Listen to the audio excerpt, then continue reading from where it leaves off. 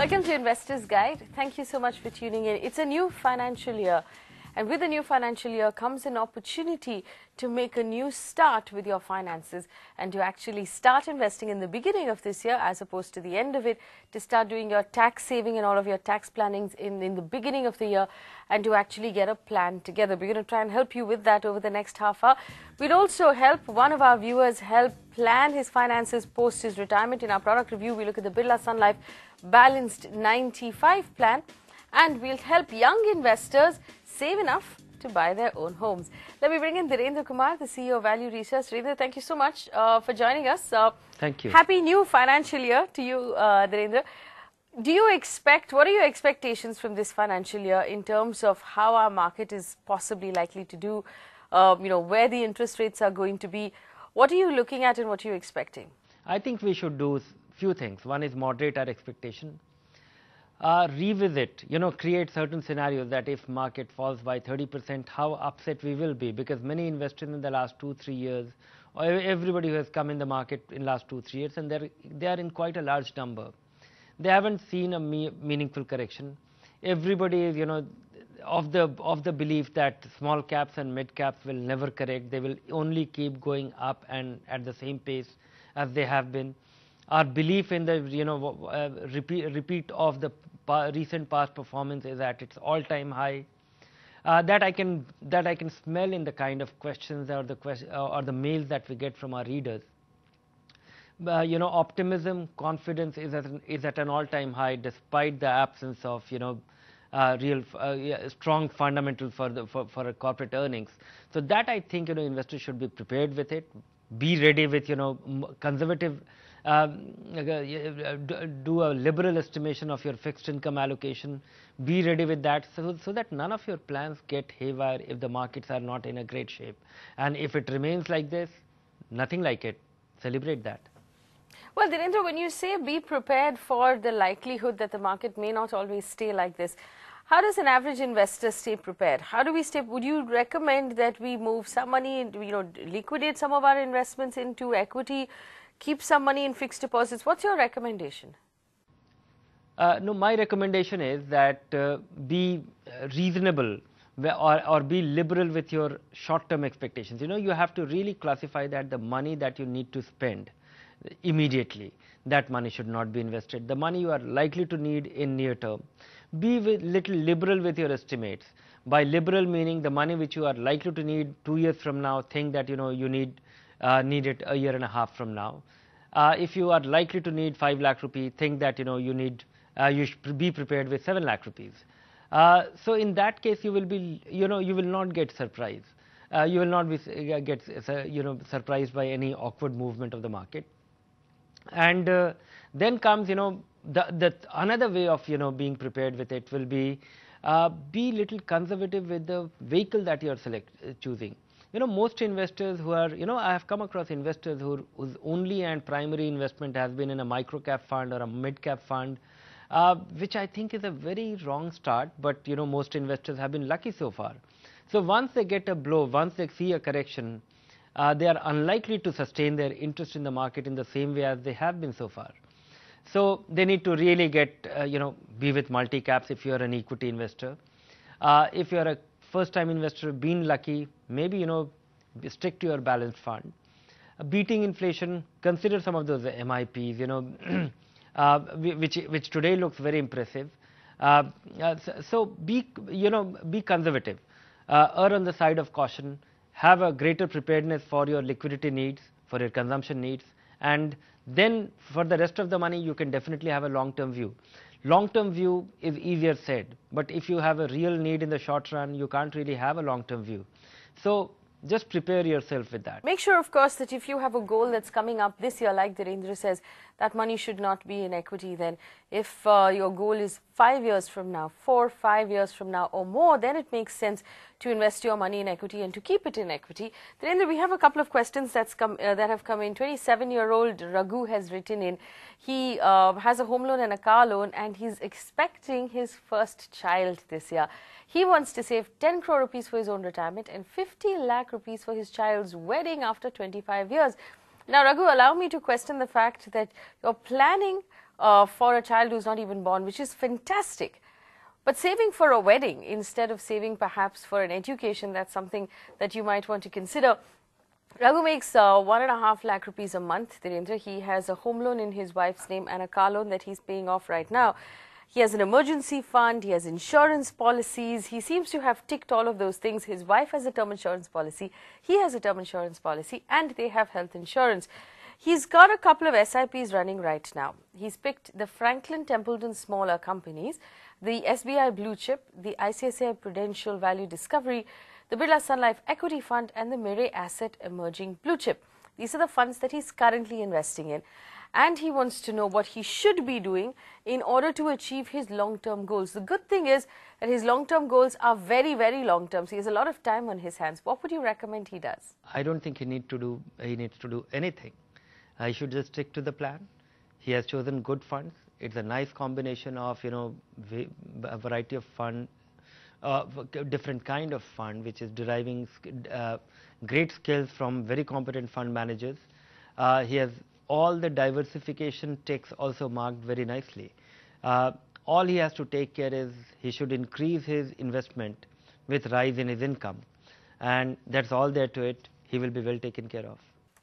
His ICICI Prudential Discovery Fund, he's currently allocating 10,000 rupees to, which is more than any other fund in his portfolio. He wants to know, does it make sense to reduce the amount he's allocating to that fund and give equal allocations to all of the funds in his portfolio? Do you recommend that move? Yeah, I would recommend that move because, when I see ICICI Value Discovery and when I see Birla Sun Life Equity, I don't see any reason why Birla Sun Life Equity he should be investing 3,000 and he should be investing 10,000 rupee in the Value Discovery Fund, while he's getting the same multi-cap exposure of two different kind, and I think they are great complementary addition to his portfolio. I would say, given the kind of portfolio, the kind of fund he has chosen, they are excellent, and they are, they will be better if they are equally weighted, if he's investing equal amount of money in all of them, and then periodically rebalance as well. One very quick question, Dhirendra. He has a home right now in Pune on which he's paying that home loan. He wants to buy another home in Hyderabad, which is where he lives. Now he says, does it make sense to buy a new home, or should he be investing that money in mutual funds? Which one would you recommend? I don't know. Generally, one should be buying a home in which one can live in. And if he plans to live in Hyderabad and wants to have a home there, then by all means. But then managing home in another location, in another city, and maintaining it, I'm not very sure about that. I think it depends on individual preference. But generally speaking, I would not like anybody to have an extra. One should not be having a home as an investment. It's good to make your investment in make financial investments based on your needs, and dominantly into equity. If it's a long-term investment, it will have all the flexibility, great growth potential, high liquidity, low maintenance. So there's all going for it, and more so in coming times. But if you plan to buy a house where you can live in, then maybe consider that and sell off the house which you are unlikely to live in. Right, so Dhirendra recommends sell off the house that you're unlikely to live in, but you must remember that it's a tough market to sell a house at this point. So sell the house when you do get a good amount for it, you're able to get a good price for it. Don't sell it if you're doing a distress right now, because it's not a great market to go in and to compete with developers who are offering heavy discounts in this market. Adrian Fernandez has also written in, Dhirendra. He says he's been retiring in the next few months with a lump sum of 40 lakh rupees. He needs advice on how to invest the amount to generate a monthly income post his retirement. Now, he has an insurance policy worth 40 lakh. He has fixed deposits worth 9 lakh rupees. Life insurance, he has 2 unit-linked plans and an HDFC assurance fund, along with 2 homes in Navi Mumbai and some investments that he's been putting in his mutual funds. How would you recommend he goes about, adjusting to a post-retirement life? We are not aware of the full details, but I think the principles to follow while preparing for income in retirement is very straightforward. You should do some number work in terms of what is the likely need which will take care of your day-to-day expenses on a monthly basis, and just do the calculation. If you have some pension coming your way or any other regular income, it might be rental or any other thing, then you have to prepare that your budgeted monthly income requirement and whatever you are able to derive from these sources, the difference should be derived from an investment. So you should have fixed income investment to the extent that it will support your monthly income requirement. Then comes what to do with the rest, because the problem is that the remaining money, all the money which is not needed for generating regular income for you, should be invested in a manner that it will provide additional capital to produce extra income, because your income will remain constant from the fixed income. So your need for income will rise over time because of inflation. So if you need 15,000 rupees a month today, maybe 3 years from now you will require about 20,000. And that 20,000 will require a higher capital to provide that regular income. So this is the broad principle. So the remaining money which is not needed for producing income today should be invested in a manner that it is growing faster than inflation. And it is possible to do that conservatively as well. And the other way is that you just keep 30,000, 3 years income requirement in your bank account in a deposit, and then or in a bond fund. You don't need to. So if you need an additional 10,000 rupee, maybe 3.6 lakh rupee kept in a bond fund, from where you start doing a 10,000 rupees monthly withdrawal. This will take care of your income requirement, and rest of the money can be invested in growth oriented. It should be a balanced fund, or it should be a conservative 50-50 allocation to equity and debt, so that it is able to grow in a conservative manner. You also don't see great volatility. Another thing to be kept in mind is that money which has to be invested, which is for such a crucial objective to support your income requirement, that should definitely be staggered or spread over a period of time. It should not be. You should never invest lump sum. Never invest a lump sum. There, Dhirendra being very clear about the rules of investment, and that doesn't matter whether you're retired or you're still working.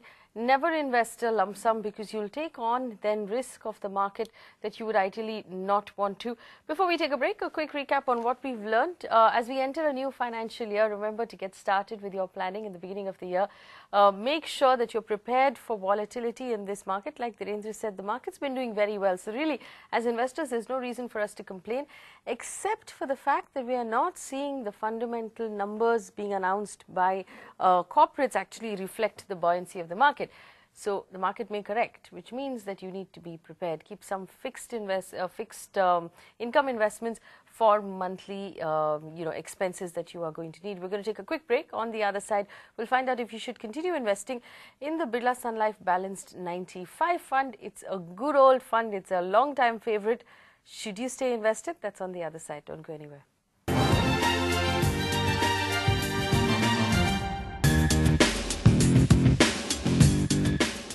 Welcome back. You're watching Investor's Guide. Thank you so much for tuning in. It's time for our product review, and Dhirendra Kumar is still with us. Let's take a quick look at the numbers of the Birla Sun Life 95 fund, and then we'll come back and talk about it. Thanks, Faye. This week we take a look at the Birla Sun Life Balanced 95 fund. With over 6,621 crores as assets under management, this fund has 3 stars on value research. Let's quickly take a look at its performance over the last 5 years. The red line is the fund and the blue line its benchmark. You'll see that the fund has always performed better than its benchmark and category. In the year 2014, the fund gave a return of 49%, better than its benchmark and peers in a rising chart. The fund's long and short-term performance has been much better than its benchmark. In the last 1 year, however, the fund has given a return of 23%, putting it in the middle of the pack when compared to its peers. Even in the long term, the fund has had an average return when compared to its peers. With over 70% in equity, the fund assumes an average risk. So is this fund suitable for you to be investing in? Let's find out. With that, it's back to you, Faye. Well, Dhirendra, Prakash R has written in. He tells us he's been investing in the Birla Sun Life 95 fund for a very long time, but he just got an email saying the fund's nature of investment has changed. It will now allocate about 10% to REITs and InvITs. And he's uncomfortable with anything other than equity and bond components. He wants to know what he should do. Just to explain to our viewers what a REIT is, it's a real estate mutual fund, where basically the mutual fund holds a certain amount of only commercial real estate assets that are being rented out to companies, and it generates a regular monthly income. Dhirendra, now that we are in this new world of REITs, how would you advise regular mutual fund investors to approach this new investment? I would say that, balanced fund investors should not worry much. One is that, this is an enabling provision. SEBI has allowed adding this as, a hybrid investment in funds portfolio. And this is allowed for mutual funds to invest a maximum of 10%, 5% in each of them. So this is an enabling provision, but it is subject to availability. Investment trust and real estate investment trust must come into being, and till they come into existence, I don't know. This could well turn out to be a nasty surprise, or it can turn out to be a bonanza for some of these funds, because I don't think if there will be some restriction in terms of ticket size, the amount of money that can be invested in real estate investment trust. So it will be worthwhile. Yeah, and I'm hoping that real estate investment trust as well as investment trust will be, they will at least be at least real estate investment trust is a hybrid investment. It has the gain potential as well as it produces income. So it is a hybrid investment. It can enhance the return. It could be a reasonable substitute for a fixed income investment, but I'm very unsure about the kind of liquidity that will be available for them. So initially I'll be very apprehensive. I would like to see it evolve, but then it's a chicken and egg story. Till there are investors who will invest in these funds, they will not come into being, and we will not get a sense of liquidity and the kind of return or return potential they have. So it's still quite some time off. Don't get worried about this right now. We have to worry when such an investment finds of once real estate investment trust and investment trust are floated, and then only when Birla Sun Life 95 invests in one such, makes one such investment, and the maximum investment that there will not exceed 10%. So I don't think that should be the crucial part of your decision making. I think this is a good fund. This is a decent fund. It has done reasonably well, okay, in the last 10 years. It has done exceptionally well in the initial, Birla Sun Life 95 started as Alliance 95, so it's it's 22-year track record. It has given a 21% annualized return since its launch, and about 14% in the last 10 years. This, I think, is outstanding return. In fact, the 21-year, it's whole life track record is something which is almost like an equity fund, and even 10-year return is not all that bad, starting from the peak of 2008. But Dhirendra, this fund remains 3 stars then on value research. Do you recommend that it be put up at 4 stars or 5 stars here on Investor's Guide? Because it's always been, and as far as I know, over the last 8 years nearly, it's been on the list of funds that you recommend. Yes, I think so. I like this fund. It has been fairly consistent. I like its discipline as well. Its allocation policy is very consistent. Its equity portfolio also, despite not being the best performing balanced fund, it finds a favor simply because I like what it is able to deliver, and that is exactly what a balanced fund investor is expecting, which is the equity allocation, which is reasonably multi-cap. So I would say it's a very high quality, well performing balanced fund, though it gets slotted as a 3-star fund based on its risk adjusted rating, and that is primarily because in the kind of good market that we have seen in the last 1.5 years, a lot of balanced fund which actually become where they are 30-35% into fixed income, but the remaining portfolio is a mid cap fund, and that is something which I dislike, because that's the kind of fund which disappoints the balanced fund investor, the kind of investors for whom such a fund is meant for. They want stability, not extreme volatility. They should not get scared by the kind of movement we see in such a fund. And Dhirendra, what's your final rating then for the fund on Investor's Guide? The kind of options that we have in the balanced fund category, I will be inclined to slot it at as a 4-star fund. 4 stars there for the Birla Sun Life 95 fund. Like Dhirendra said, it's been a long time favorite, and if you look at it over a longer period of time, which is how you should be investing in this fund, it's almost like an equity fund, but it gives you a certain amount of stability. So it's really for the kind of investor who is disciplined, who will stay invested for a long period of time, and also who expects a certain amount of stability and good returns from your funds. So if you want something, something for everyone there really. 22-year-old Rohit has written in. He says he wants to save 3,000 rupees per month in mutual funds for two goals. He wants 15 lakh rupees for a down payment of his own home in 10 years. He also wants to create a corpus of 3 to 4 crores by the time he retires. How should he go about planning for his goals? So 3,000 rupees every month to put aside for the next 10 years, Dhirendra. And I love it when viewers write in with such long-term goals. What would you recommend he does? How should he invest this money? One is that, this is achievable even with a constant 3,000 rupee, even though I'm hoping that, this is the start of his career. He's able to save 3,000 rupees now, which means that over a period of time, every year, and initially in our years, when we get started with our working lives, the initial years our salary goes, our income goes up much faster because the base is small.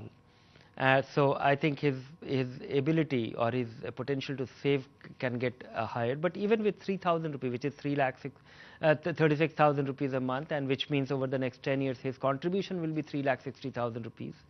And even that money has the potential to become 15 lakh rupees if he is investing in because that will not require any a very unrealistic return, 18-19% return, which can be derived from a reasonably aggressive multi-cap fund, can generate that corpus which he needs for down payment of his house. But more importantly, all his other one that he's only 22-year-old. The second thing there is that he must get started with his 3,000 rupee in a maybe a tax saving fund if it will save him tax, and a very aggressive tax saving fund if it will save him tax, and else any aggressive multi-cap fund will do his job.